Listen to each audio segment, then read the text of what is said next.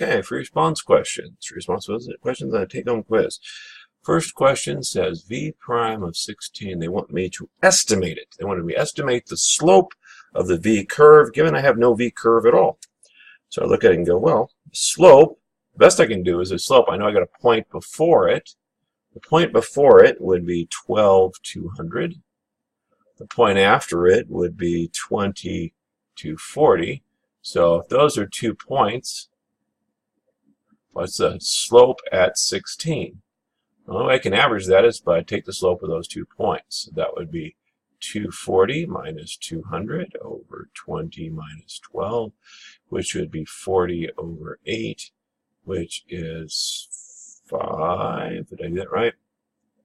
Which is 5. Yeah, that's 5.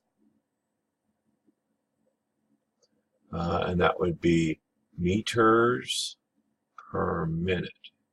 So she's riding her bicycle a whopping 5 meters per minute. Oh, she's jogging a whopping 5 meters per minute. She is not breaking any records anytime soon. All right, B. B says using correct units, figure out, tell me what the integral, actually I'm going to probably get paid for this. They'd like me to explain the meaning of this integral from 0 to 40 of the velocity absolute value dt. So I take a look at the absolute value of velocity. So in other words, velocity has a direction to it, right? So if you're running one direction, you try and run the other way, you actually don't go as far, right? But absolute value bar means I don't care. I want to know how far the person ran. Okay, so we're going to try to find out how far did this person run. Okay, so the answer to the first part of the question is this is how far a person runs. You can replace how far with the total distance, which would be probably better. Person runs, or not a person, who's running? I don't remember what her name is. Look at the worksheet. Bob, it's Johanna. So we should redo this. So is the total distance Johanna runs in from 0 to 40 minutes. Okay. Now they want us to estimate it using a Riemann sum. Okay. So now I'm going to sketch this thing because I like sketching things when I'm dealing with Riemann sums. I know there's a negative, so I give myself a little zone to write my negative. And then I look at my chart, and I've got the point 0, 0, 0, 0. I've got at 12, I'm at 200. I've got at 240, I'm at, nope, I'm at 240 when I'm at 20. The next spot over here is 24. Notice I'm sketching. I don't really need to get really accurate. I'm not making little dashes all over the place. I'm not really caring about that so much. And then at the very end, I've got 40, and I'm going 150. So I'm going to use right Riemann sums, right? So I'm going to go for the right. So I'm going to go like that. I'm going to do this section, chain, which by the way gives me 200 times 12 plus, and then this one here would be, how about 240 times 8? 8 plus, and then I'm going to swing this down here, in which case I've got 4, where the person's apparently bicycling backwards, but I'm going to just use a positive number. Why? 2 ways to look at it. One, it said use the absolute values, so I'm using the absolute values, so that's why you get rid of the negative. The other way to look at it is, look, I said we're traveling the total distance we're going to travel. If I ride my bicycle back the way I came, that's still distance. I still had to ride my bicycle that way, right? Okay, so then plus, and then I've got this last one, right, Riemann sum. My pen's way up there somewhere. Okay, here it is. Okay, so I'm going to right Riemann, go up to the right side and then back down like this, and this is going to be my area here. And so that's going to be 16 times 150. Now, some of you are in for a shock because this was on the non-calculator part of the test. Yes, it was on the non-calculated part of the test. So you actually have to be able to do this math. Okay, so that would be 2400 because 12 times 200 plus 8 times this is 0. 8 is going to be 32. Carry the 3. 1920. Love it. Plus 880. Love it. Plus, 16. So I'm going to do 16 times 150. Here we go. Oof, multiplication the old school way. 0, 3. This becomes 9. 0, 0, 1, 5, 1. So 2400.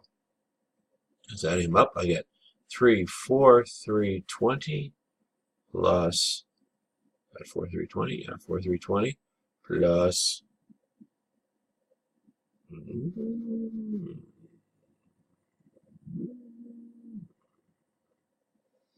plus 3280, which gives me a whopping 0, 0, carry the 1, 6, 7600 meters.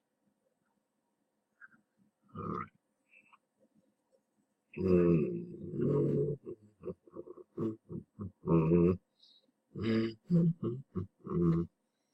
0, 2, 3. Checking my work. 17, 880, 880, and the last one would be 16 on 150. 0, 0, carry the 3, 6, 900, 1500, 2400. So 2400 is the first one, 200 for certain. It is 200 for certain. So that's where we get 7600 meters. All right, we're good. All right, moving forward. Okay, next problem. Bob is riding his bicycle on the same path from 0 to 10 seconds, 0 to 10 meters, minutes, 10 or 10 minutes. Bob's velocity is modeled by t cubed minus t squared plus 300, where t is measured in minutes, and b of t is measured in meters per minute. Bob's acceleration at 5 seconds. We have to find his acceleration. His acceleration is given a velocity, which is they write as b of t is equal to t cubed minus 6t squared plus 300. If I want to find his acceleration, that would be the derivative of the velocity.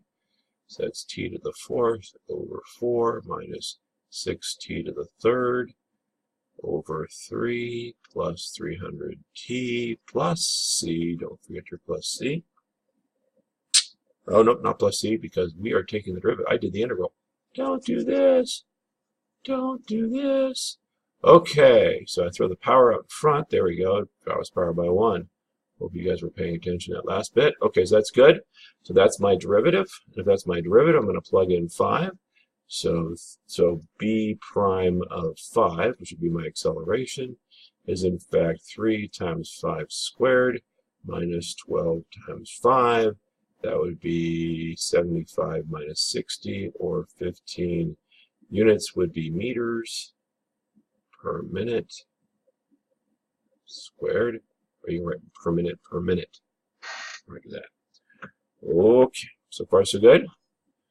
All right, so that, yeah, we'll probably do the interval in just a second, but we didn't do the interval there. Good so far.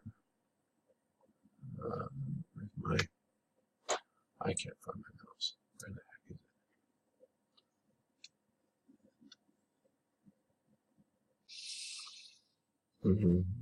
it? All right, now I got to find the average velocity during this time. Average velocity. Average velocity is the displacement, right? How far it goes, or distance, divided by the time it takes to do it, right? Unfortunately, they gave me velocity. So how do I get distance given velocity? I'm going to have to integrate it, right? So let's integrate it. Let's see if I can integrate. So I'm going to call it x of t because that b won't work anymore. So I'm going to integrate b of t, which is t cubed minus 6t squared plus 300 dt. And that's equal to t to the 4th over 4 minus 6t to the 3rd over 3 plus 300t. And I want to know how far it went from 0 to 10, so I'm simply going to plug 10 into this equation, which is why they figure you can do this without a calculator. If you plug a 10 in there, you get 10, you get 4 zeros, right? Then minus 2 times 1 with 3 zeros, plus 300 times just plain old 10. So this is 2,500 minus 2,000 plus 3,000. I'm getting 5,500, which is 3,500. And that's how many feet, is it feet? Meters I went. And I did that in 10 minutes. That says minutes. I know you can't read that. So I'm doing 350 meters per minute. Ain't that fun? All right, that's your free response. That should be it for the quiz. Don't know what we're going to do before getting ready for the test. Please send your emails if you've got ideas. If you need more further questions, things I can answer, I will try to keep my email open all day and look at it and plunk in answers to questions as we go. Bye.